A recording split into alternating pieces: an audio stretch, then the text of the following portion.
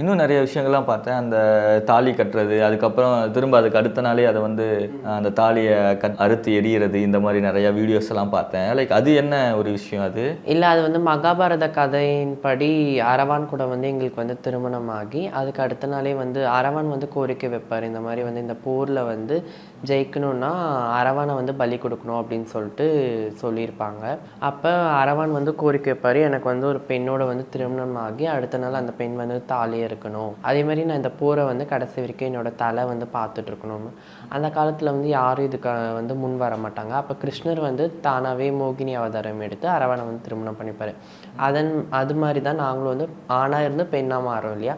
So கிருஷ்ணர் அவதாரப்படி நாங்கள் வந்து அரவணை வந்து திருமணம் பண்ணி தாலியாக இருக்கிறோம். பட் இது எல்லாருமே பண்ணணுமா? இதுக்கு வந்து ஒரு டைம் பீரியட் இருக்கு, இவ்வளோ நாள் கழிச்சு தான் இது பண்ணணும் அப்படின்னு சொல்லிட்டு? அப்படியெல்லாம் இல்லை, எல்லாருமே இந்த கம்யூனிட்டிக்குள்ளே வந்ததுமே எல்லாருமே தாலி கட்டி தாலியாக இருப்போம். இது எப்படி சொல்கிறதுனா எல்லாருமே பண்ணுவாங்க, அவங்கவுங்க வேண்டுதல் தகுந்த மாதிரி அவங்கவுங்க பண்ணுவாங்க. ஃபஸ்ட்டு வருஷம் வந்து மஞ்சளில் தாலி கட்டுவாங்க, 2வது வருஷம் வெள்ளியில் கட்டுவாங்க, 3வது வருஷம் தங்கத்தில் கட்டுவாங்க. அதுக்கப்புறம் எல்லாருமே அவங்கவுங்க வேண்டுதல் தகுந்த மாதிரி அவங்கவுங்க கட்டுவாங்க.